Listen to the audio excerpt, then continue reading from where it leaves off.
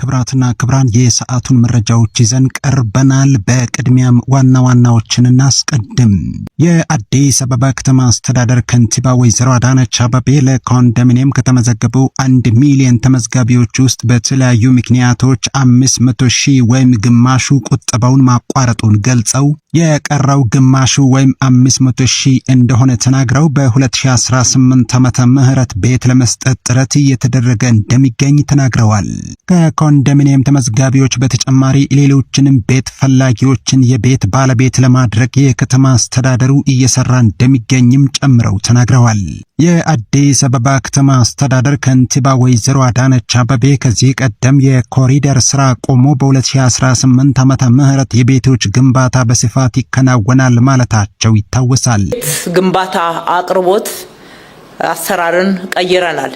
በዚህ የለውጥ ዓመት ውስጥ የህዝባችን ዋንኛና አንዱ መሰረታዊ ጥያቄ ነው ብለን ከለየነው የቤት አቅርቦትና የቤት ፍላጎት አለመጣጣም ጋር ተያይዞ ያለውን ጥያቄ ለመመለስ ጥረቶችን በተለያየ መንገድ ነው እያደረግን ያለነው። ተጨማሪም መንግስት በበጀቱ የሚገነባቸው ለክራይ የሚቀርቡ ቤት መግዛት የማይችሉ ዜጎች ተከራይተው መኖር እንዲችሉ በክራይ የሚቀርቡ ቤቶችን ማቅረብ፣ በክራይም ይሁን በግዢ ልዩ ትኩረት ያልተሰጣቸው ከዚህ በፊት በሀገራችን በተለይም በከተማችን ውስጥ የተዘነጉና ልብ ያልተባሉ የከተማችን ነዋሪዎች የድሃ እየተባሉ የሚጠሩ ወይም ደግሞ የቀድሞ የቀበሌ ቤቶች በራሳቸው ላይ የፈረሰ አቅመ ደካሞች በአንድ ወቅት የአገር ባለውለታ ሆነው ብዙ ጥረት አድርገው አገር ያገለገሉ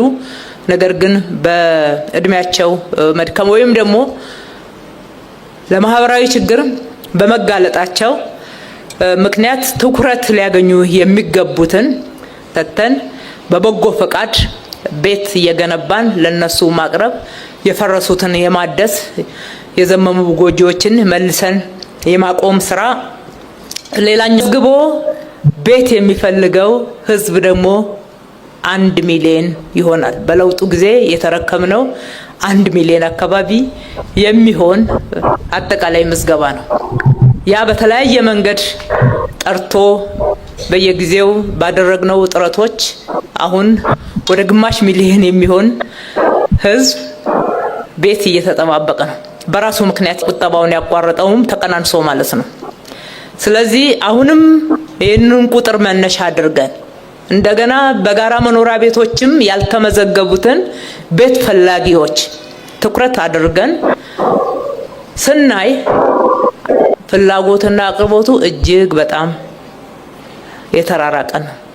በቆጠቡ ኮንዶሚኒየም እየቆጠቡ የሚጠብቁን 100% ቆጥበው የሚጠባበቁን በዚህ ዓመት 100,000 ተጀምረዋል። ይደርሳሉ። ሲደርሱ የምናደርገው ቅድሚያ የሚገባቸው በተለይ ደግሞ ቅድሚያ ሰጥቶ እየቆጠቡ ያሉ የህብረተሰብ ክፍሎችን ጭምር ታሳቢ ያደረገ ልማት ኮርፖሬሽን ዋና ዳይሬክተር ኢንጂነር ቶማስ ደበለ ለበርካታ ጊዜ ተመዝግበው እየቆጠቡ ያሉ የቤት ተመዝጋቢዎች በቅድሚያ ይታያሉ ብለዋል።